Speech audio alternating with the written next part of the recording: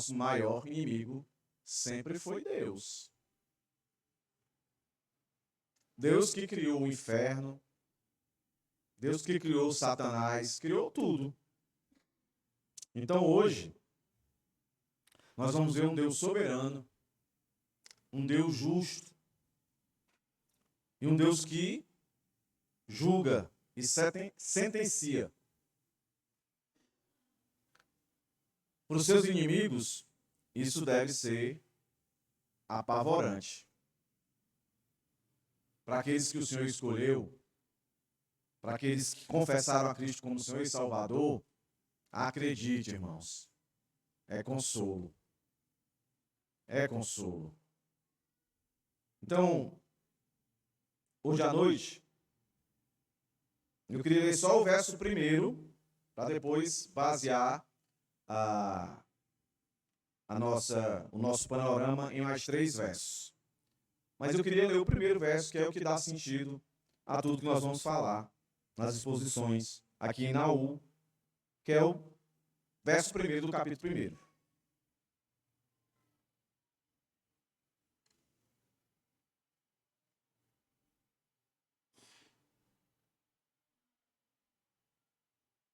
Todos têm aí Naum? Pronto, o primeiro sermão aqui como um panorama desse livro, onde a soberania, a justiça e o juízo de Deus permeia todo o primeiro, todo o segundo e todo o terceiro capítulo aqui de Naum. Olha como é que começa. Sentença contra Nínive. Livro da visão de Naum, da cidade de Elcos. Oremos mais uma vez, irmãos. Senhor, te damos graças pelo privilégio de mais uma vez podermos cultuar a Ti, onde chegamos aqui e aprendemos mais acerca de santidade, lemos a Tua palavra, oramos, intercedendo por pessoas queridas do nosso convívio. Tu nos deu, Senhor, tamanho privilégio para isso. Em seguida nós Te louvamos, nós cantamos que Tu és Deus soberano, poderoso. Nós cantamos que aguardamos a Tua volta triunfal, para que de fato reinemos contigo eternamente, sem mais a presença do pecado.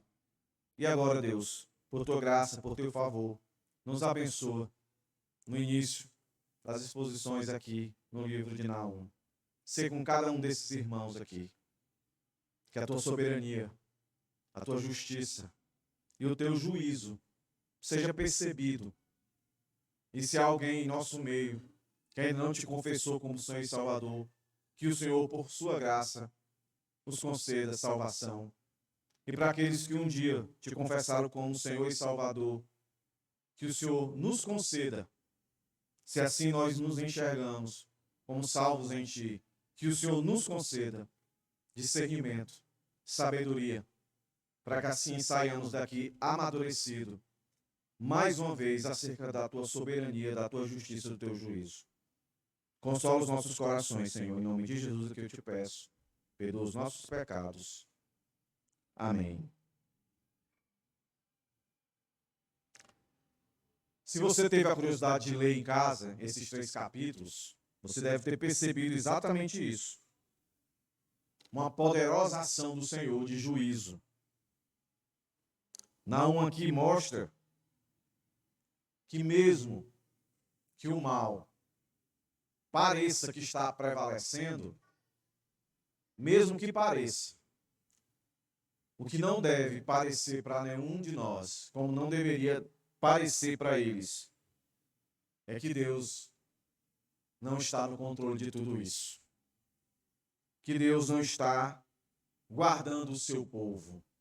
Por isso, a pergunta que sempre deve estar na mente daquele que um dia confessou Jesus como Senhor e Salvador, principalmente nos momentos negros, escuros da vida, nas desilusões, nas perseguições, nos ataques. Nunca esquecer, se Deus é por nós, quem será contra nós? E como no primeiro sermão, meus irmãos, Eu não quero ser enfadonho, mas é necessário colocar os irmãos dentro do contexto desse livro. Por que esse livro ocupa um lugar tão importante para que fosse considerado inspirado por Deus para estar aqui? É porque Deus, decididamente, meus irmãos, quer que cada um de nós saibamos que Ele é poderoso e que não existe nada nem ninguém mais poderoso que Ele. E a explicação por esse livro estar aqui é porque aqui diante de nós, como nós começamos o texto, declara algo direcionado, e esse algo, a soberania, a justiça e o juízo de Deus, a um determinado povo. Se você olhou aqui, prestou atenção, o texto começa sentença contra Nínive. Nínive, a capital da Assíria. Então, repito, por que esse livro está aqui? Simplesmente para Deus mostrar para nós. Porque na época, esse pessoal aqui, a Assíria, com a sua representação de poder na capital Nínive, era o povo, era o império, era a nação mais temida. Todos tinham medo.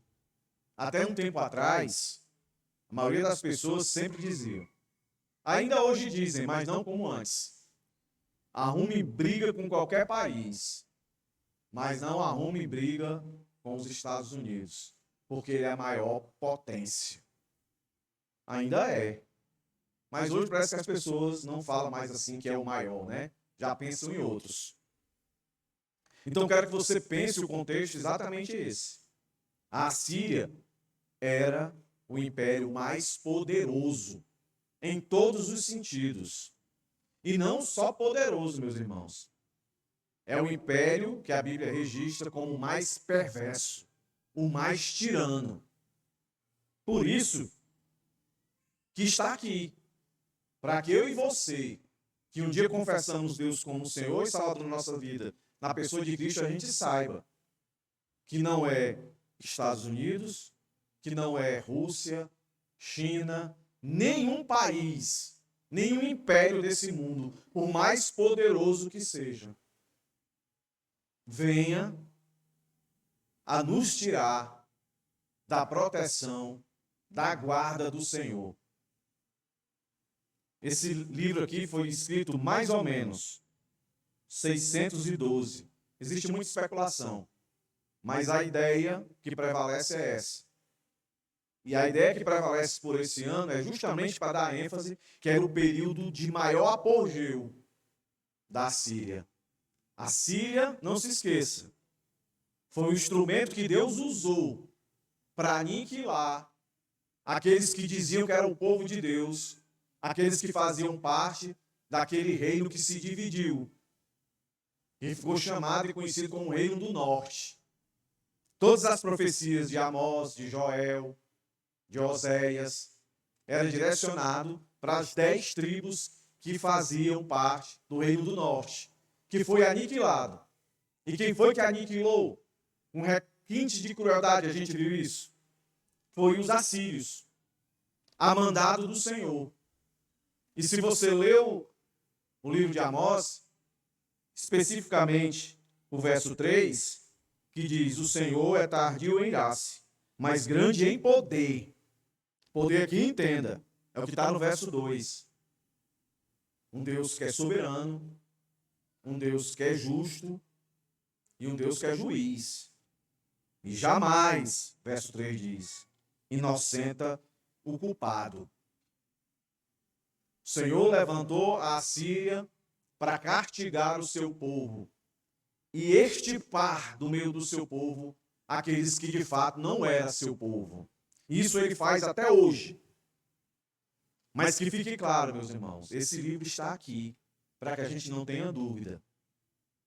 Pode aparecer, se hoje os Estados Unidos não é mais do que era antes, pode aparecer outra potência, mais poderosa, mais sanguinária. Mas nunca esqueça desse sermão. Deus colocou Naum aqui para dizer para a gente: ninguém é páreo para com ele. Ele tem todo o poder e todos receberão a paga por todo o mal que fizeram. E o Senhor está fazendo isso aqui, em primeiro lugar, por sua santidade. Deus é santo e Ele não tolera que a sua santidade seja ofendida. E, em segundo lugar, a sua santidade é ofendida quando o seu povo é maltratado e perseguido e é levado a pecar, a transgredir. A Síria, como tantos outros impérios, eram idólatras e sempre influenciaram o povo de Deus a idolatrar. E Deus foi muito sério quando deu a lei e disse: não tem outro Deus, não adore outro Deus, só adore a mim. E aqui aprove a Deus, pelo profeta Naum, que ninguém sabe de fato quem é esse indivíduo, mas eu creio que ele existiu. Alguns vão dizer que ele é nascido ali na cidade de Carfanaum. Porque parece que faz sentido, né? Carfanaum era a cidade dele. Mas, na verdade, ninguém sabe. Mas isso é irrelevante quando se olha para o foco em questão.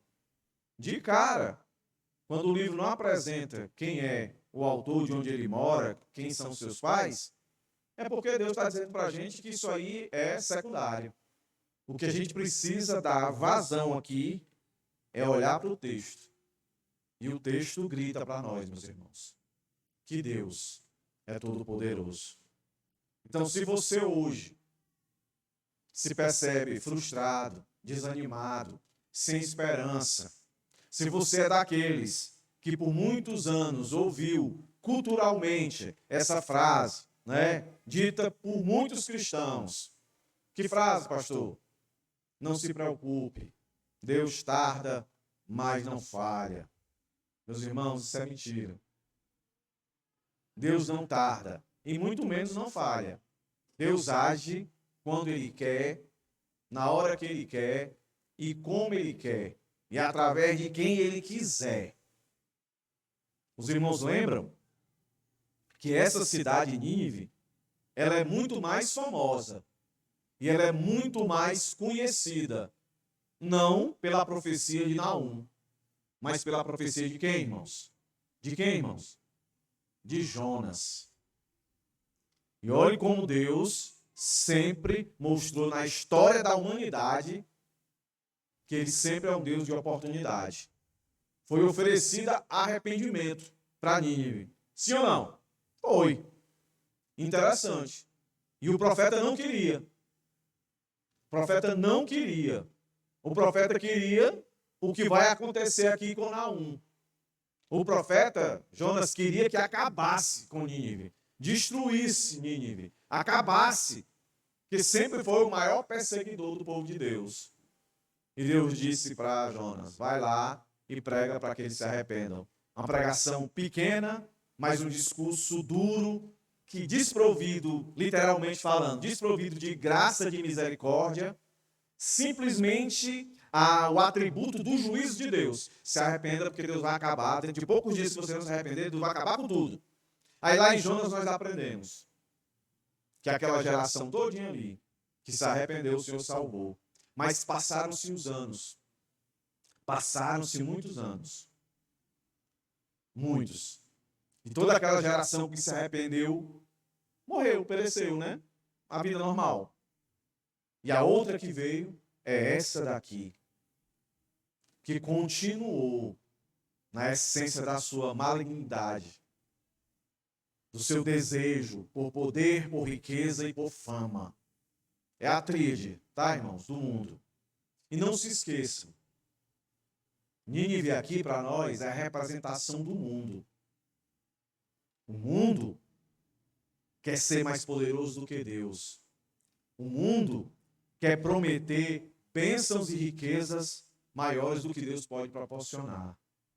O mundo quer sempre oferecer a posição mais privilegiada para todos. E assim que cada um assuma a posição de Deus. Meus irmãos, Que perigo, que tragédia é viver sob essa influência. Porque Deus não divide a sua glória com ninguém. Pastor, mas onde é que tem consolo em tantas palavras duras?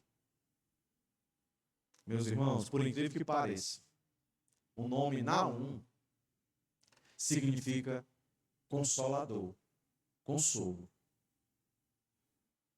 Por mais que seja difícil a compreensão, mas as palavras ditas aqui pelo profeta para o povo de Deus eram consolo. Era Deus dizendo assim, ó, fiquem tranquilos, eu estou vendo tudo. Eu sei quem é esse império. Eu sei quem são os seus líderes. Todos eles vão cair debaixo das minhas mãos. Esse império vai deixar de existir. Eu os levantei como instrumento para castigar meu povo. Eles foram além. E eles vão pagar por isso. Então não se preocupe. Se eu sou por vocês, quem será contra vocês? É isso que isso aqui está dizendo, irmãos. Se você que está aqui hoje confessou e vive para esse Deus que um dia encarnou aqui, temporalmente, há 2000 anos atrás, se você vive para Ele, mesmo apesar das suas quedas, que a gente peca, pode ter certeza. Aqui não são palavras pessimistas, são palavras realistas. É só a gente racionalmente olhar à nossa volta. O mundo está cada vez mais afrontoso contra Deus. O mundo está cada vez mais se sentindo autossuficiente. Não precisam de Deus. E o mundo sempre vai perseguir aqueles que são do Senhor. Mas não temas. Se Deus é por nós, quem será contra nós, meus irmãos? E eu começo aqui dividindo nosso panorama em 3 partes. A primeira, a soberania de Deus. A segunda, a justiça de Deus. A terceira, o juízo de Deus. Então você que é crente, olha para essas verdades, se sinta consolado. Se você é crente e está na prática do pecado, se arrependa. Porque juízo, justiça e soberania de Deus sempre estará sobre nós, para nos castigar, para nos fazer voltar para o caminho da santificação. Agora, se você não é, aí você deve se preocupar mesmo. Porque, de repente, a ira de Deus, o juízo de Deus, vem como morte para você aqui. Aí, se morrer aqui, já era. Depois só segue o juízo. Então, vamos ler aqui o verso que revela essa natureza de Deus soberano. Meus irmãos, olhem que verso horrível para aqueles que não têm Deus como Senhor e Salvador. E olhem como esse verso é consolador para aqueles que têm o Senhor como seu Salvador. Olha aí, irmãos. Palavras maravilhosas. São atributos do nosso Deus. Que muitos aí não querem aceitar isso como verdade. Mas está aqui, irmão, escrito. O que está escrito? Olha aí. O Senhor é Deus, preste bem atenção nessas palavras, zeloso, vingador. O Senhor é vingador e cheio de ira. O Senhor toma vingança contra os seus adversários e reserva indignação para os seus inimigos. Então, olha aí, como é que Naum está colocando esse Deus soberano? É um Deus zeloso, vingador. Ele está querendo dizer para eles lá e para nós aqui que Deus, meus irmãos, não é um Deus passivo e muito menos indiferente diante de iníquos, daqueles que praticam a iniquidade. Ele está vendo tudo. Está vendo tudo. Ele viu tudo o que o Império Assírio fez. E de lá para cá ele continua vendo o que todos os povos fazem. Deus não virou as costas. Para nós que somos cristãos, isso é de grande consolo. Lembra que eu disse no sermão passado? Deus reina. Não reina como ele gostaria ainda de reinar. Porque precisa acontecer várias coisas. Mas até esse dia chegar, onde de fato ele estabelecerá o seu reino perfeito aqui, depois de tudo transformado, nós não podemos esquecer que nós somos servos de um Deus que não é passivo nem indiferente. Ele está vendo todas essas desgraças que estão acontecendo. Esses dias aí estourou aí um grande rapper aí, né? Assim como aquela ilha de políticos aí, praticando todo tipo de perversão, de depravação. E aí alguém se pergunta onde é que Deus está. Está no mesmo canto de sempre, no seu trono, regendo tudo. Ele está vendo tudo. Não importa, meus irmãos, quão poderosos possam ser os reinos, os impérios, as nações, quão influentes possam ser, são inimigos de Deus.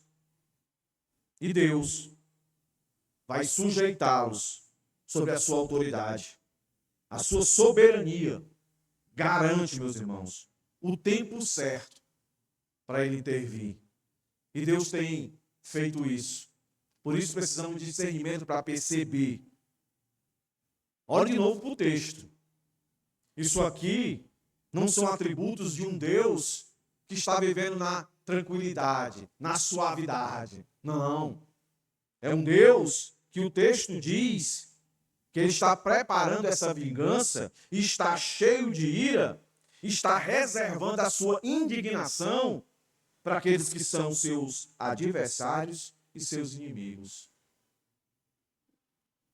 Paulo, antes Saulo, era inimigo de Deus. E quando ele ia no caminho de Damasco, o Senhor apareceu para ele. O Deus Todo-Poderoso apareceu para ele. E disse o quê? Paulo, por que tu persegue os meus filhos? Por que tu persegue a minha igreja? Por que tu persegue o meu povo? Foi isso que ele disse? Não, irmãos. Paulo, por que tu me persegue? Se levantar contra o Filho de Deus, se levantar contra Deus.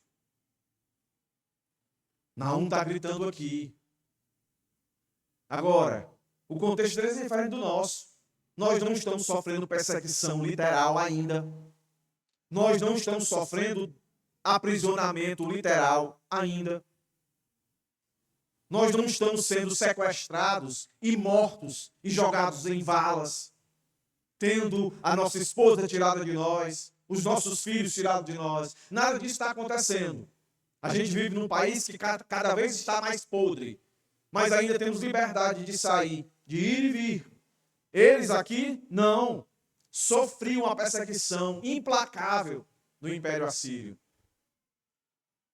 Aí Deus levanta o profeta Naum, que quando eles olham para Naum, eles veem consolo. E sai da boca de Naum: vocês esqueceram quem é o Deus de vocês? Vocês esqueceram o Deus que tirou vocês do império mais poderoso da época, o Egito, das garras de Faraó? Vocês esqueceram?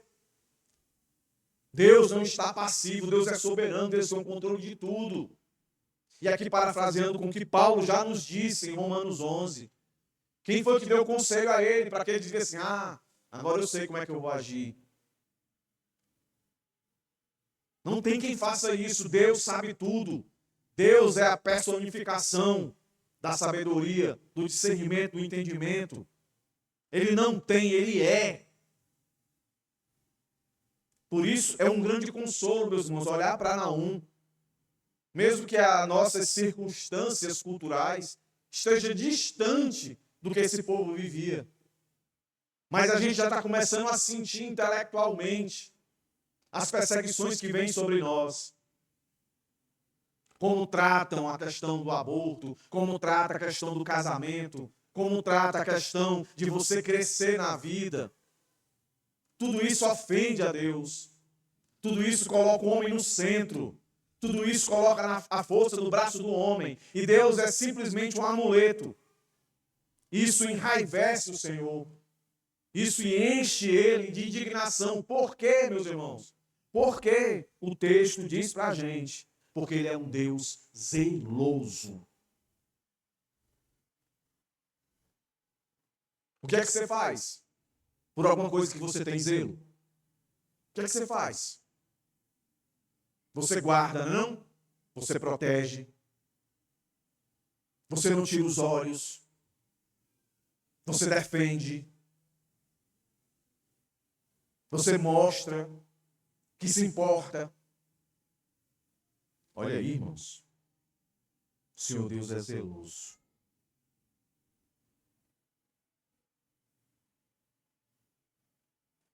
Deus é soberano sobre toda a criação, meus irmãos. Todas as nações, Ele é vingador. Então a gente não deve esquecer que Deus está no controle, sempre esteve no controle, mesmo quando as injustiças, tudo aquilo que de fato seria o nosso direito, é nos tirado.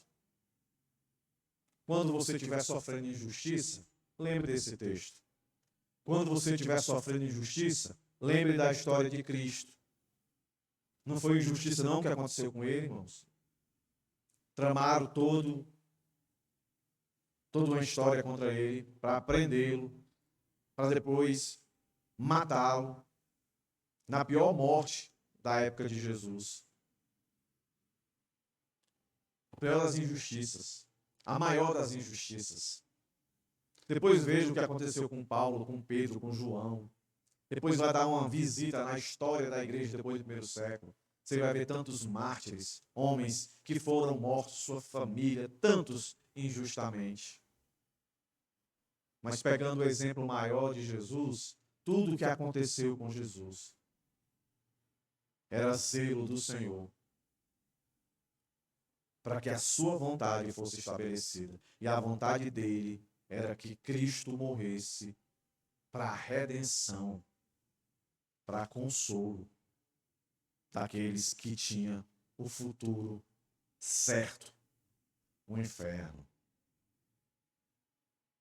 Para nós cristãos, meus irmãos, isso implica viver com confiança, sabendo que Deus tem um controle sobre tudo o que acontece em nossa vida e que nenhum adversário, seja espiritual, seja humano, pode nos derrotar se estamos sob a sua proteção. Vários salmos diz que Deus é o Deus que nos guarda. Mas sempre eu vou lembrar aos irmãos, não se sinta muito importante com essas verdades. Se você for sentir algum tipo de afeição, por isso que eu estou falando, sinta o maior que você puder com relação à gratidão ao Senhor Deus. Por Ele ser isso para você.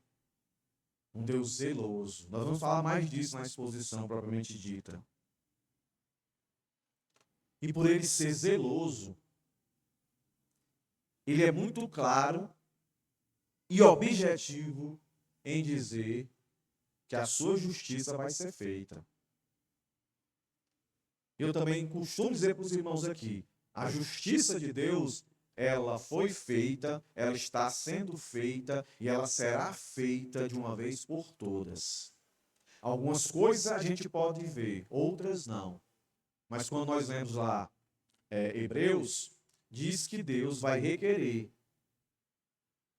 dos seus adversários, dos seus inimigos, todo o sangue derramado, desde lá de Abel até o último, que morrer antes dele voltar. Deus vai requerer de todos. Por quê? Porque Ele é Deus zeloso, vingador, cheio de ira e reserva indignação.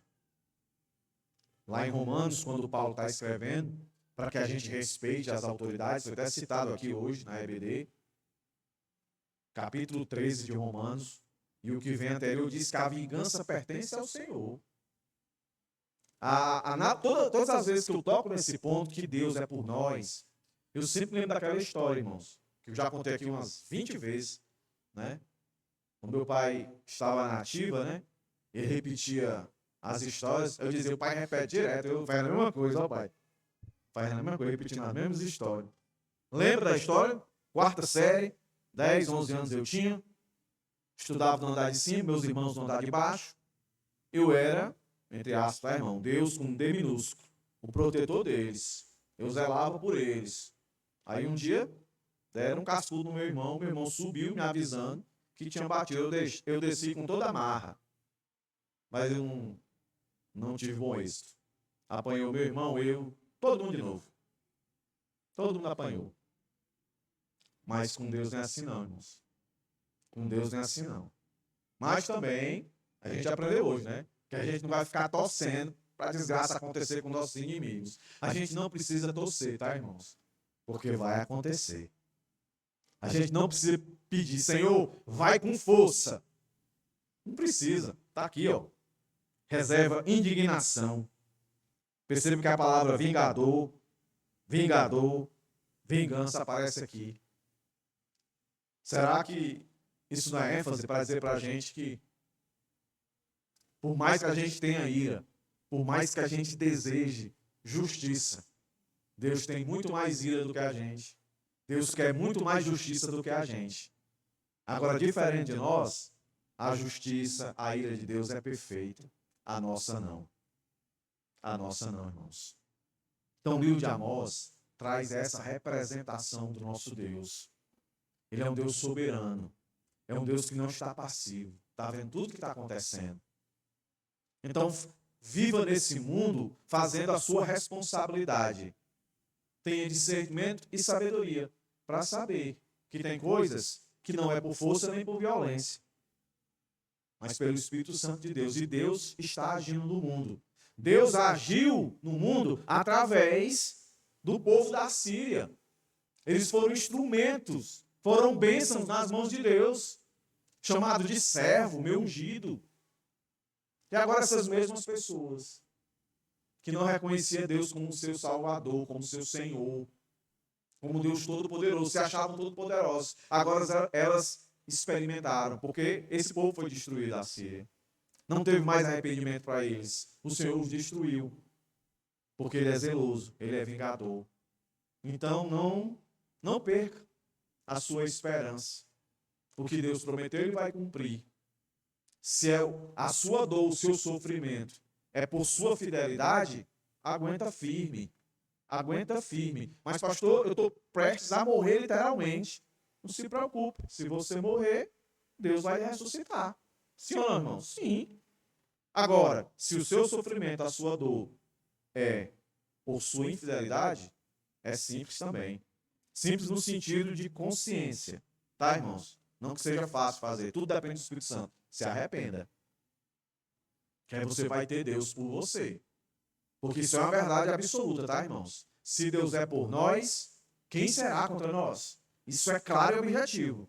Como também, se Deus não for por nós, não tem ninguém, meus irmãos, que vai estar no meio entre você e Deus.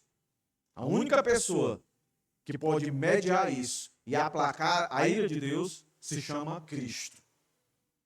É por isso que a gente não é fulminado depois de crente.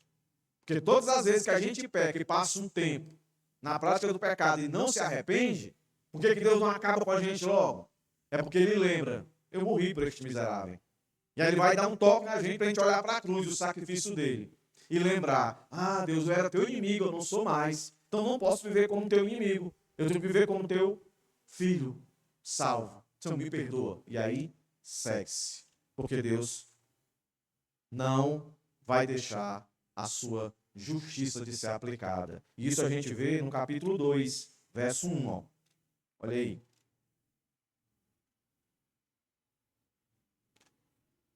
E ele se coloca à semelhança de quando ele usou a Assíria um povo, um império, para castigar o seu povo.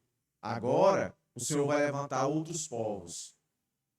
Tudo indica que eram os medos e os babilônicos, que vão se levantar, que aqui dá-se o nome de o destruidor. Aqueles que antes temiam a esse império, o Senhor vai fazer de um jeito que esses vão se levantar e vão fazer exatamente o que a Assíria fazia com os outros povos, e infelizmente ela exagerou com o povo de Deus, e está aqui a paga para ela, porque Deus é um Deus de justiça. Olha aí, o destruidor avança contra você, Nínive. Meus irmãos, todas as vezes que você lê esse texto aqui e ouvir a palavra Nínive, substitua ela por mundo. Eu estou querendo que os irmãos associem esse mundo aqui, todos os impérios que se levantam nesse mundo e que ofendem e se voltam contra Deus, contra as verdades de Deus, contra a criação de Deus, querendo substituir a Deus. Todos cairão, todos sofrerão a justiça de Deus. Aí ele diz, contra você, Nínive, guarde a fortaleza, vigie o caminho, prepare-se para a luta, reúna todas as suas forças. Olha aí, irmãos. Tinha que ser desse jeito, né, irmãos? Lembra do verso 2 que a gente leu? Quem é que está lá? É um Deus zeloso, um Deus que é vingador, que quer fazer vingança contra os seus adversários, e ele guarda, ele armazena indignação, que nada mais é do que ira acumulada para ser derramada. Então veja isso aqui, meus irmãos, como eu disse, para aqueles que não têm Deus como Senhor e Salvador, isso aqui é algo estarrecedor. Mas o contrário é algo consolador. É como Deus estivesse dizendo assim, mundo, pode fazer aquilo que vocês acham que é o melhor. Que na minha percepção é cada vez mais depravação, é cada vez mais ofensa. Faça tudo, se reúnam, se comuniquem, se organizem, fiquem alerta, se preparem, porque eu vou encontrar vocês. Vou dar um tempo para vocês se organizarem. Se reúnam aí, estabeleçam as suas estratégias, se organizem, eu venho. Eu vou brigar com vocês. Está aí o texto, Prepare-se para a luta. Reúna todas as forças. Isso aqui parece o fim do mundo, irmãos. Eu tenho quase certeza absoluta que é isso que o Senhor quer que a gente veja aqui. Que isso aqui que aconteceu em um tempo distante de nós, que foi o fim do mundo para o Império Assírio. Eles foram destruídos. É Deus dizendo, olha, eu fiz isso no tempo e no espaço de vocês. E vou fazer isso de novo. Eu vou provar para vocês, meu povo, que eu jamais os abandonei. Mesmo vocês pecando, caindo, eu sempre dava um jeito de restaurar vocês. E eu estou fazendo isso por vocês, mas eu faço isso por vocês porque eu prometi. Então não é porque vocês são importantes, mas é porque eu prometi. E eu não entro em contradição. Eu vou restaurar vocês. Eu vou tirar vocês sempre da escravidão que o mundo quer colocar sobre vocês. É porque o verso 2 vai dizer isso, Verso 2 do capítulo 2, Porque o Senhor restaura a glória de Jacó, como a glória de Israel. Porque os saqueadores os saquearam e destruíram os seus ramos. O Novo Testamento diz que as portas do inferno não prevalecerão. A Síria é a representação do inferno no mundo, que é o mundo aqui hoje. O mundo caído, meus irmãos, olha, o paralelo tem que ser permitido aqui. Se a Bíblia diz, em Romanos, que o Senhor nos chamou, nos predestinou, e diz lá, e no final fala que nos glorificou, e em outras passagens diz que nós somos cidadãos dos céus. Nós estamos aqui, mas já fazemos parte, do céu já todo renovado. Então, aqueles que vivem na prática do pecado estão na representação de um inferno. Então, Por isso que a Bíblia diz que nós somos luz em meio às trevas. Então, o Senhor está dizendo para a gente, se eu sou por vocês no futuro garantido, por que não seria aqui agora? É porque a gente, a nossa imaturidade, a nossa fraqueza, não nos deixa enxergar com os olhos espirituais, em saber que esse mundo vai piorar. E cada vez mais esse mundo vai querer guerrear contra nós.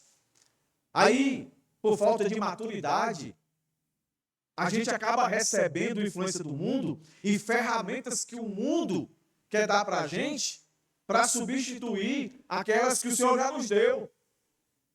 A verdadeira esperança, a verdadeira riqueza, o verdadeiro bem-estar, aquilo que o salmista chama de bem-aventurança. O Senhor está dizendo aqui, eu sou soberano, eu controlo tudo, porque eu sou todo poderoso. Não tem ninguém com justiça igual a minha, não tem ninguém com juízo igual ao meu, não tem ninguém poderoso como eu. É isso. Então nós não podemos esquecer. Se Deus fez justiça aqui, em um tempo determinado na história, Ele está fazendo hoje, fará amanhã, e fará de uma vez por todas. Então eu e você estamos dentro dessa soberania dEle, dentro dessa justiça dEle. Não, pastor, mas tu não sabe o que está acontecendo comigo, eu não preciso saber o que está acontecendo com você. Se você me contar, beleza. Mas o que você precisa saber é que Deus é justo juiz e Ele é vingador. Leia Romanos capítulo 12. E está lá. Ele vai vingar. Está aqui. Naum dizendo para a gente. E dizendo para eles, para nós, né? Deus é soberano. Deus é justo. Ele é destruidor daqueles que se rebelam contra Ele. Está aí, meus irmãos. É o que o texto diz. Então Deus não é um Deus só de salvação pessoal nossa, não. Social também.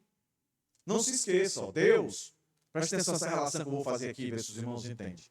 Deus, quando quis se revelar para o homem, foi vontade dele própria. Ele se revelou para o homem em meio à sociedade. Quando Deus se revela para Abraão, aparece para Abraão, com certeza foi uma voz. Abraão já estava com a vida ganha. Deus aparece para ele.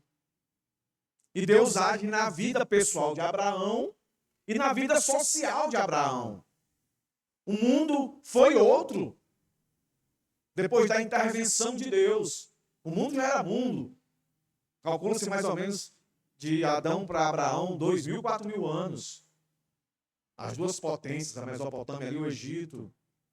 O Egito com suas pirâmides e tudo mais. A agricultura pujante. E Deus, quando ali se apresenta para Abrão, muda todas as circunstâncias. E todas as circunstâncias que surgem ali são circunstâncias adversas. As pessoas acham, a maioria delas, quando leem a passagem lá, de Gênesis, que Deus aparece para Abraão, as coisas sobrenatural. Deus apareceu para Abraão, que coisa fantástica. Mas eu digo para os irmãos, sobrenatural, isso aí é sobrenatural com certeza, mas mais sobrenatural foi Abraão, dentro daquele contexto, seguir uma voz, irmãos. Não tinha Bíblia, Abraão não frequentava a igreja, Abraão não sabia nem que era Naum. Foi depois, muito tempo depois. E Abraão entende que aquilo que falou com ele é soberano, é justo, é juiz, ao ponto de obedecer, irmãos. De obedecer, menos informações, menos luz, como a gente diz. Abraão com a vida ganha, rico. Aí ele vai. Que poder é esse, irmãos? Que faz um homem, a mulher. Estou contigo, Abraão, bora. Os seus servos, a sua equipe, bora. Para onde? para uma terra que eu te mostrarei. Meus irmãos, passa-se tudo, acontece toda a história que o irmão sabe. O mundo já tinha acabado, né? Antes. Porque tem um capítulo 1 até chegar ao 12, né? Teve Noé e tudo mais. Aí chega o período de Jesus. Tá lá uma briga lá. Império Persa, Macabeus, os gregos, os romanos, tudo brigando. Aí quando Roma toma de conta do Mediterrâneo todinho, aí Deus diz, está na hora de eu ir. Aí está lá Gálatas 4:4. Aí Jesus nasce. Meus irmãos, soberania de Deus, justiça de Deus, juízo de Deus. Jesus nasce para salvar e para condenar. Em todas essas ações, Deus com Abraão, Deus com Jesus, as circunstâncias foram mudadas. Os reinos foram abalados. Isso continua até hoje, meus irmãos. Deus abala as estruturas desse mundo. Porque a gente não pensa que poderia estar pior. Os irmãos estão vendo o que é que está acontecendo no mundo, né? As guerras lá em Israel, Rússia, Ucrânia. Vocês estão vendo o que é que está acontecendo? Aqui, próximo de nós, Venezuela. Poderia ser pior, irmãos. Mas se fosse pior, não se esqueça. O Deus de Naum, o Deus de Israel, é o nosso Deus, irmãos. É um Deus soberano e um Deus justo. É só isso? Não. Ele fez justiça e a justiça dele não para no seu juízo de destruição. Olha o que é que o verso 5 do capítulo 3 diz para a gente, irmãos.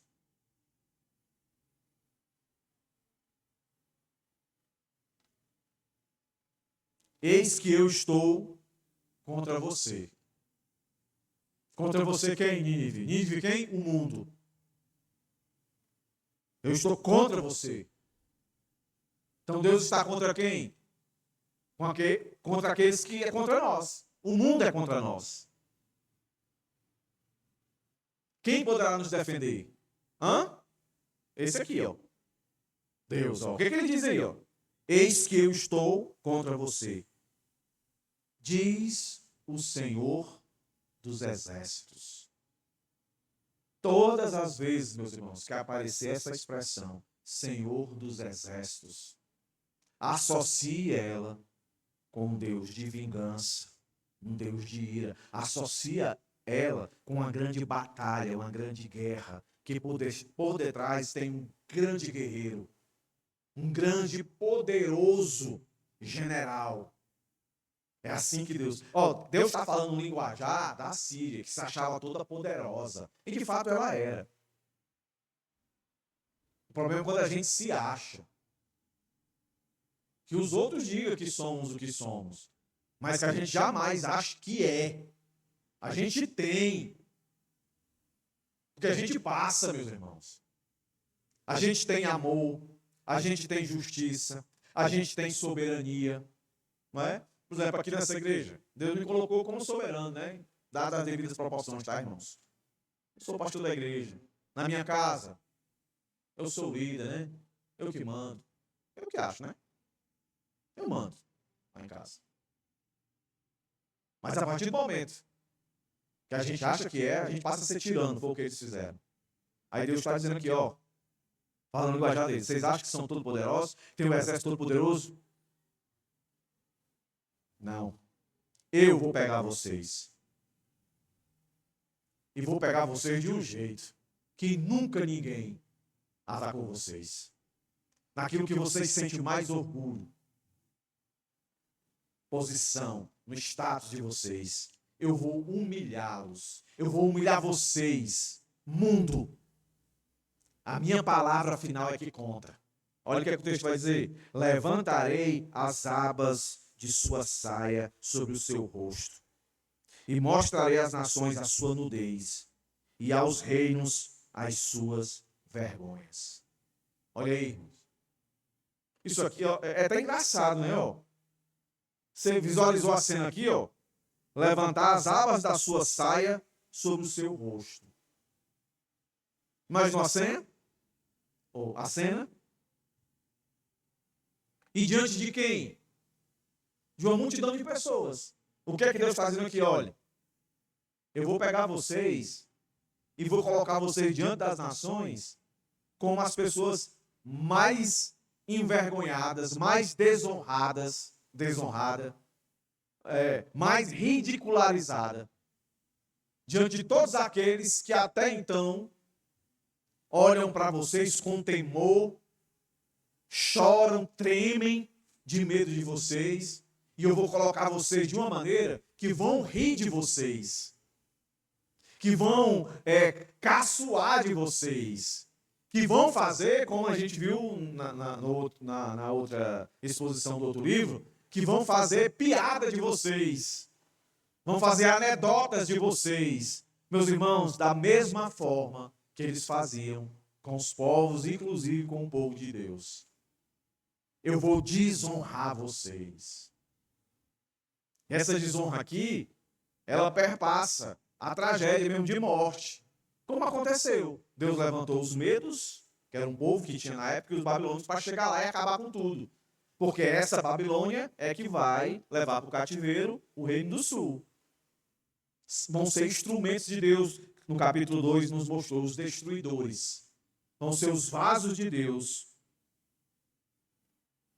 Então, quando você olha para esse texto aqui, a semelhança do texto do capítulo 2, verso 1, a semelhança do texto do capítulo 1, verso 2, soberania, justiça, aqui do juízo de Deus, o que é que você tem que pensar? Que esse mundo aqui não vai passar, meus irmãos, sem ser envergonhado por Deus. Tudo que estão dizendo, tudo que estão fazendo, principalmente contra aqueles que se levantam. Então esses abortistas, esses que querem destruir a família, esses que querem destruir o trabalho, a força do trabalho, dizendo que as pessoas podem enriquecer sem esforço, só fazer umas coisinhas. Esses que perseguem aqueles que pregam o evangelho, que falam que Jesus vai voltar, que Jesus morreu. Não, Jesus não existiu. Todos esses, meus irmãos, vão sofrer a soberania de Deus, vão sofrer a justiça de Deus e vão sofrer o juízo de Deus. Então, o que é que cabe a eu e você aqui? Soberania de Deus, eu sou consolado. Na justiça de Deus, eu sou vingado. E no juízo de Deus, eu recebo a minha redenção. Em ver que meu Deus fez justiça quando eu não podia fazer. E quando eu não deveria fazer. Porque é Deus que nos vinga. Porque a palavra é, se Deus é por nós, quem será contra nós? Então, o que nós aprendemos aqui, se o inimigo se levantar contra você, não revide, entregue ao Senhor. Falou mal de você, não devolva. Nós não vivemos por emoções, por sentimentalismo. Nós devemos viver pela razão. Muito simples, está aqui, ó. A palavra de Deus é um livro, com letras, palavras que formam frases. Se Deus quisesse que nós vivêssemos só por sensações e sentimentos, Ele não tinha dado a Bíblia. Todo culto aqui era uma revelação. Ele não é Deus? Então todo culto aqui iria dizer, não apareceu um tempo muito distante de nós, a voz dele para Abraão? Então se Deus achasse que era importante simplesmente aparecer e nos dar ações sobrenaturais, Ele não deixaria a Bíblia para a gente ficar meditando e lendo. Mas Ele deixou justamente para isso, para a gente não esquecer o que nós já temos. Nós temos um Deus soberano, um Deus que é justo, um Deus que é juiz. E não é um juiz corrupto como que a gente tem aqui no Brasil e em tantos países, que vendem as suas sentenças. Que parece que está fazendo justiça, mas não está. Parece que tem poder, mas não tem, porque o seu poder é comprado. Poder comprado não é poder. Concluindo, meus irmãos, Naum nos lembra que Deus é soberano, justo e juiz. Esses atributos divinos, que podem parecer assustadores àqueles que vivem em rebelião, são uma fonte de conforto para o povo de Deus. Se Ele é por nós, quem poderá se levantar contra nós? Ele é o defensor de seu povo e o inimigo daqueles que rejeitam a sua autoridade. Escute, este sermão inicial é um convite para confiar na soberania de Deus, viver de acordo com a sua justiça e lembrar que em Cristo estamos seguros do juízo que está por vir. Repito, Deus só não nos fulmina porque a gente ainda peca. Consciente ou inconsciente, a gente peca. A gente assassina, a gente adultera. Porque Deus deixou isso muito mais forte. Desejou, já adulterou. Odiou no coração, já é assassino. Então por que Deus não nos fulmina? Porque Ele olha para nós e vê Cristo, vê a cruz. A cruz é o grande divisor, aplacador, meus irmãos, da ira de Deus. Por isso o mundo tem uma oportunidade de recorrer à cruz para não ter a soberania, a justiça e juízo desse Deus aqui e se perpetuando no inferno. Essa mensagem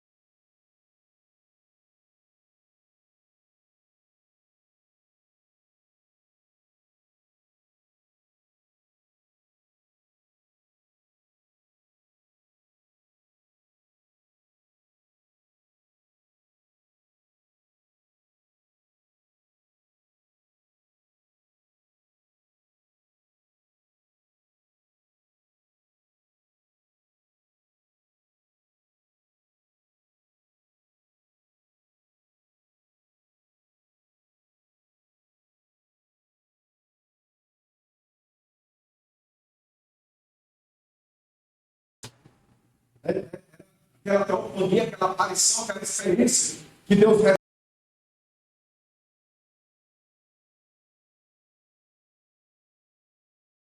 Mas está tudo certo. Está do jeito que eu quero. Você que não entendeu qual é a sua participação aí. E qual é? Olha, eu vou te dizer, vala-me Deus, eu vou morrer agora, eu vou perecer, porque eu sou um homem de lábios impuros e estou no meio de uma impureza total. Não, eu quero que você continue falando quem eu sou. A maioria não vai querer, mas fale. Vai ou não vai? Eis-me aqui.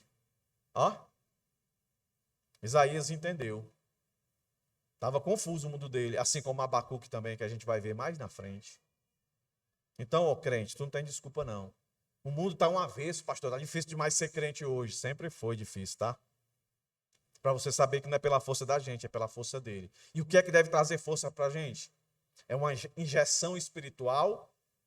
Não, é só você lembrar dessas verdades. O salmista diz, guardei a tua palavra no meu coração você já entendeu, é no ser, na alma, na mente, para não pecar contra ti. Eu quero que você saia daqui consolado e ferozmente amadurecido acerca de quem é Deus.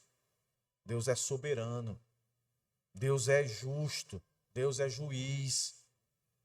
O mundo está convulsionando, ele vai explodir de tanta iniquidade, ao ponto de encher o cálice da ira de Deus. Mas até lá, meus irmãos, Deus é por nós. Ele não é contra nós. Quem é contra nós é o mundo. Então não tenha medo do mundo. Não tenha medo do mundo. Busque a Deus. Viva para Deus. O salmista entendeu isso. E eu queria terminar aqui o sermão dizendo que a soberania, a justiça e o juízo de Deus, conforme revelados no livro de Naum, tem implicações práticas para a vida cristã.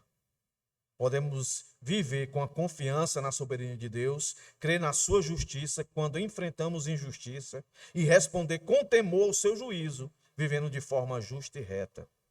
Meus irmãos, a mensagem de Naum nos desafia a esperar pelo cumprimento das promessas de Deus, a viver em esperança e a nos submeter ao seu governo soberano em todas as áreas de nossas vidas. Porque Ele é o Deus Todo-Poderoso. É como ele disse aqui no verso 5 do capítulo 3. Eis que eu estou contra você, mundo, diz o Senhor dos Exércitos. E eu quero encerrar aqui o sermão lendo Salmos 97. Abra aí, eu quero que você abra aí, Salmos 97. Vê se tem alguma coisa a ver com o livro de Naum.